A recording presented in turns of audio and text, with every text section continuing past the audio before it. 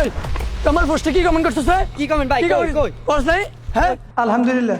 হ্যাঁ আলহামদুলিল্লাহ তো হওয়ার কথাই, ফেরাউন মারা গেছে, আলহামদুলিল্লাহ হওয়ার কথা না। ও তো একেবারে বাজে কোনো কিছু বলেনি। আপনারা সকলে জানেন আলতাফ আজকে সকালে মারা গেছে। যারা জানেন না আলতাফকে তাদেরকে বলতেছি, আলতাফ এলাকার এমন কোনো খারাপ কাজ নেই যে ওই করেনি। জমি দখল, টেন্ডারবাজি করা, মানুষ মারা, এতিমের হক নষ্ট করা, চাঁদাবাজি করা, মানে এমন কোনো খারাপ কাজ নেই বা এমন কোনো নিকৃষ্ট কাজ নেই যে ওই করতো না। মারা গেছে, অনেক ভালো হয়েছে, এলাকা এখন শান্তি আর শান্তি। অনেকে কমেন্ট করতেছেন, আমরা কমেন্টসগুলো পড়ি। সৌদি থেকে দেখতেছি ভাই, রাব্বানি ভাই কমেন্টস করছে, ভাই সৌদি থেকে দেখতেছি, ধন্যবাদ ভাই। তারপরে কমেন্টস সাজ্জাদ কমেন্ট করছে আলহামদুলিল্লাহ। হ্যাঁ আলহামদুলিল্লাহ তো হওয়ার কথাই, ফেরাউন মারা গেছে, আলহামদুলিল্লাহ হওয়ার কথা না। তারপরে একজন কমেন্ট করছে ভাই মারা গেছে ভালো হয়েছে। জি ভাই মারা গেছে, ওই অনেক নিকৃষ্ট লোক ছিল। আরেকজনে কমেন্টস করছে ভাই যে মারা গেছে তাকে নিয়ে খারাপ বলা। কিরে কে রে এটা? জুবাইর মাহমুদ, কি লেখছিস তুই এটা? যে মারা গেছে তারই নিয়ে খারাপ লাগা যাবো না, খারাপ বলা যাবো না? এলাকা দেখে দেখে খারাপ লোকের পক্ষ লাস না। তোরে আমি পরে দেখতেছি, লাইফটা শেষ করি। ওই আলতাফের পক্ষে নিতেছি। আলতাফ কত খারাপ মানুষ ভাই। আপনাদেরকে একটা ঘটনা বলি, আমি দোকানে বয়ে বয়ে চা খাইতেছি, আলতাফ আইসে আমার কানের নিচে একটা মাইরা দিস। আমি আমার দল করি, ওই ওর দল করে, বিরোধী দল করে রেখা ওই আইসা আমার কানের মধ্যে একটা মাইরা দিস। ভাই বলেন এটা কি ঠিক হয়েছে? আচ্ছা এটা কোনো ব্যাপার না, এর চাইতে নিকৃষ্ট কাজ ওই এলাকায় দেখে দেখে করতো, তাহলে বলেন ওর বিপক্ষে কমুন আমরা?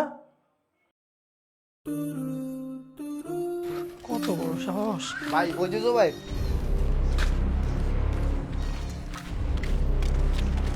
এবারে তুই জুবাইর না? জি ভাই। কমল আমি কি কমেন্ট করছো? কই ভাই কি কমেন্ট করছিস লাইভে? হ্যাঁ কি কমেন্ট করছি ভাই? ভাই তুই কি কমেন্ট করছিস তুই জানিস না? আলতাফ পারে নিয়ে আমি লাইভে গেছিলাম এ মোবাইল দিয়ে। তুই কি কমেন্ট করছিস? যে মরে গেছে তাকে খারাপ বলা ঠিক না, এটা কমেন্ট করার কথা ছিল। হ্যাঁ ভাই আমি কি ভাই আমি কি বলছি ভাই? সবাই তার মুখ করে কত ভাই কমেন্ট করে আমি খারাপ কিছু বলি না ভাই। কি হইছে ভাই এখানে?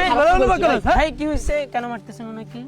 আরে ভাই আর কইেন না, আমি লাইভে গেছিলাম, আশেপাশে কমেন্ট করে শরীরে স্যারের পক্ষে নেই, ফেরাউনের পক্ষে নেই। কে ওই সইরাছে?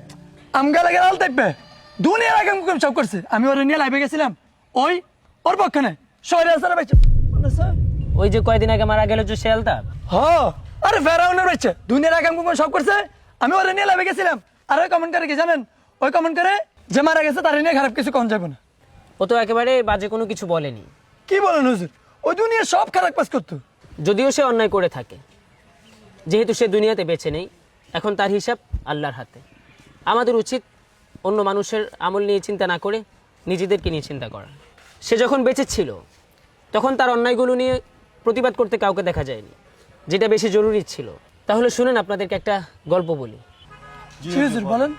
নবীজি সাল্লাল্লাহু আলাইহি ওয়াসাল্লাম হাদিস শরীফে বর্ণনা করেছেন, বনি ইসরায়েলের একজন বড় জালেম ছিল, যার নাম ছিল কিফিল, যার অন্যায় অপরাধ জুলুম অত্যাচারে এলাকার প্রতিটি মানুষ অতিষ্ঠ ছিল। কোনো এক কারণে কোনো একজন দিনদার মহিলা তার কাছে গিয়েছিল কিছু টাকা ধার নেওয়ার জন্য। সে তাকে টাকা ধারও দিয়েছে, শর্ত দিয়েছে তার সাথে রাত্রি যাপন করার জন্য। দিনদার মহিলা নিরুপায় হয়ে তার কাছ থেকে টাকা ধার নিয়ে ঘরে ফিরেছে। রাত্র যখন গভীর হয়েছে, শর্ত পূরণ করার জন্য ওই জালেমের ঘরে গিয়েছে। জালেম মহিলাকে ঘরে ঢুকিয়ে দরজা জানালা সব বন্ধ করেছে, জেনাহের জন্য পরিপূর্ণ প্রস্তুতি নিয়ে ফেলেছে। ওই সময়ে জালিম দেখছিল যে ওই মহিলা গুনগুন সুরে কান্না করছে। ওই কিফিল নামক জালিম তাকে ওই মহিলার কান্নার কারণ জিজ্ঞেস করেছিল। উত্তরে সে বলেছেন যে আমি পতিতা না, কিংবা আমি দেহ ব্যবসা করি না। ক্ষুধার যন্ত্রণা কিংবা অভাব অনটনের কারণেই আজকে আমাকে জেনাহের পর্যন্ত আসতে হয়েছে। আমি ভয় পাচ্ছি যদি আমার এই জেনাহের পরে ইন্তেকাল হয়, জিন্দিগির শেষ গুনাহ, জেনাহের গুনাহ নিয়ে কি করে আমি আমার রবের সামনে দাঁড়াবো, এই ভয়ে কান্না করছি। ওই দিনদার মহিলার এই কথা শোনার পরে কিফিলের অন্তরে কিছুটা দয়া হয়েছিল। কিফিল মনে মনে ভাবলো যে মহিলা নিজেকে গুনাহের দ্বারা অপবিত্র করে নাই, তো আমি বা কেন তাকে অপবিত্র করব। এজন্য সে বলল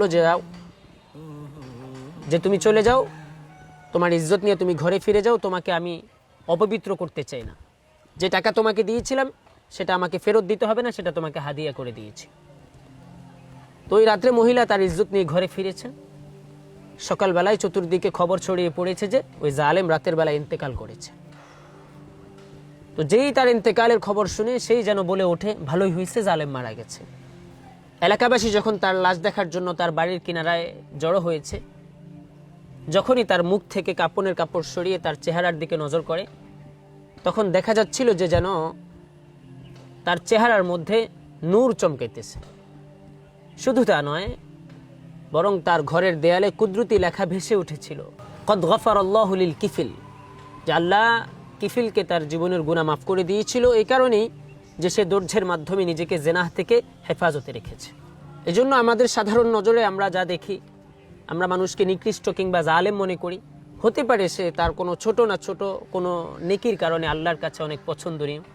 সুতরাং যে মরে গেছে তাকে নিয়ে সমালোচনা না করাই ভালো। কারণ নবীজি সাল্লাল্লাহু আলাইহি ওয়াসাল্লাম বলে গিয়েছেন, তোমরা তোমাদের মৃত ব্যক্তিদেরকে কখনো গালি দিও না, কারণ তারা তো তাদের কৃতকর্মসমূহ নিয়ে পরপারে পাড়ি জমিয়েছে। তাহলে হাদিস থেকে বোঝা গেল যে ও যে কমেন্টস করেছে খারাপ কিছু বলেনি। সুতরাং ভাই, আমাদের মধ্যে সামান্য বিষয় নিয়ে ঝগড়া করা উচিত না।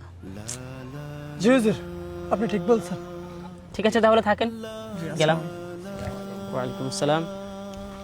সরি রে, আসলে